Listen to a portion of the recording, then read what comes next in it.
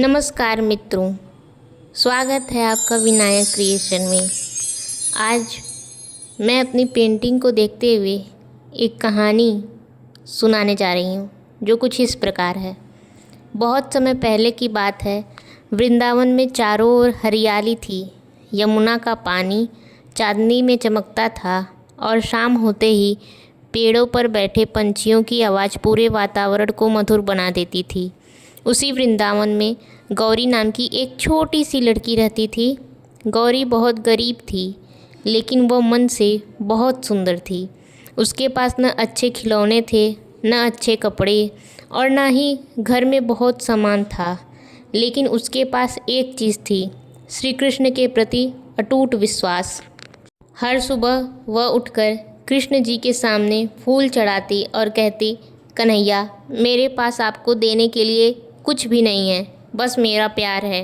एक दिन शाम को गौरी ने अपनी दादी से पूछा, दादी, क्या कृष्ण जी सच में बांसुरी बजाते थे? दादी बोली, हाँ, कहते हैं कि कृष्ण जी की बांसुरी की धुन सुनकर वृंदावन की हवा भी रुक जाती थी। गौरी की आंखें चमक उठी।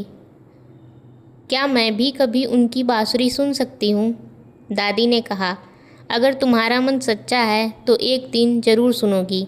गौरी उसी दिन से हर शाम श्री कृष्ण की बांसुरी सुनने की प्रतीक्षा करने लगी।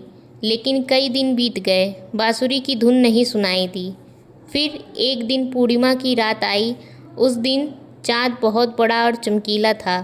गौरी भी चाँद की ओर ही देख रही थी। तभी बहुत दूर से बांसुरी की हल्की सी अत्यंत मनमोहक धुन सुनाई दी। गौरी खड़ी हो गई। हाँ, ये वही बांसुरी है, गौरी ने मन में सोचा। गौरी को ऐसा लगा कि जैसे कि उसे कोई अपने पास बुला रहा हो। वह चुपचाप दादी को बिना पते चले ही जंगल के रास्ते पर निकल पड़ी। पेड़ों की परछाइयाँ अजीब आकृति बना रही थी और यह दृश्य गौरी को डरा रहा था। लेकिन बांसुरी की धुन लगातार गौरी को आगे बुला रही थी। कुछ दूर जाने पर गौरी को एक घायल मोर दिखा। गौरी तुरंत उसके पास गई और उसे पानी पिलाया और कुछ समय के लिए उसके पास बैठी। बांसुरी की धुन कुछ समय के लिए शांत हो गई। गौरी ने चारों तरफ देखा, फिर वही धुन सुनाई दी और इस बार ऐसा लग रहा था जैसे धुन काफ़ी पास से आ रही है। गौरी ने मोर को सुरक्षित स्थान पर रखा और फिर से आगे की ओर चल पड़ी। कुछ दूर चलते ही गौरी को रास्ते में एक बूढ़ा आदमी मिला। वह बहुत थका हुआ और प्यासा था। गौरी ने अपने पास रखी पानी की बोतल उस बूढ़े व्यक्ति को दे दी। बूढ़ा व्यक्ति मुस्कुराया और बोला, तुम जिनको ढूंढना चाहती हो, शायद तुम उनके बहुत करीब पहुंच चुकी हो। गौरी चौंक गई, लेकिन आपको कैसे पता कि मैं किसे ढूंढ रही हूँ? बूढ़े ने जवाब नहीं दिया, बस मुस्कुराया। और अगले पल गौरी ने पीछे देखा तो वहाँ कोई नहीं था। गौरी हैरान हो गई और मन में सोची, ये कहाँ चले गए? तभी गौरी को फिर से वही बांसुरी की धुन सुनाई दी। इस बार वह पास ही के पेड़ के पीछे से आ रही थी। गौरी देर न करते हुए दौड़कर वहाँ पहुँची, पर वहाँ कोई नहीं था, केवल एक सुंदर सा मोरपंख था। गौरी ने मोरपंख को ज़मीन से उठा लिया। अचानक हवा तेज हो गई, पेड़ों की पत्तियां हिलने लगी, बांसुरी की आवाज़ धीमी गति से सुनाई देने लगी।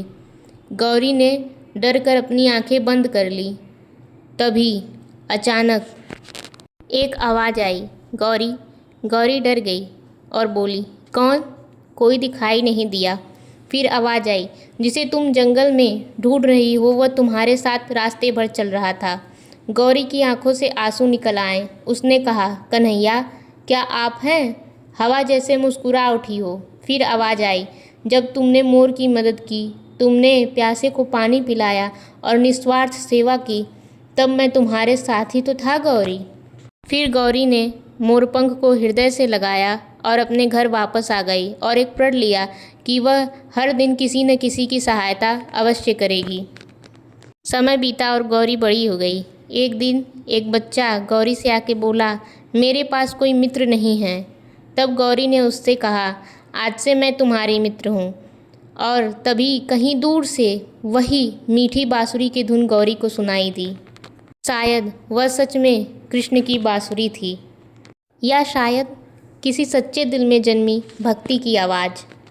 भगवान को पाने के लिए बड़े बड़े चढ़ावे की नहीं, बल्कि सच्चे मन से की गई छोटी सी मदद भगवान तक पहुंचने का रास्ता बन सकते हैं, क्योंकि जहां प्रेम है वहीं कृष्ण है। राधे राधे। पेंटिंग के साथ ऐसी और मज़ेदार कहानियाँ सुनने के लिए हमारे चैनल को सब्सक्राइब कर लें और इतनी देर तक आप कहानी में बने रहें, उसके लिए आपका बहुत बहुत धन्यवाद। कमेंट में राधे राधे अवश्य लिखें।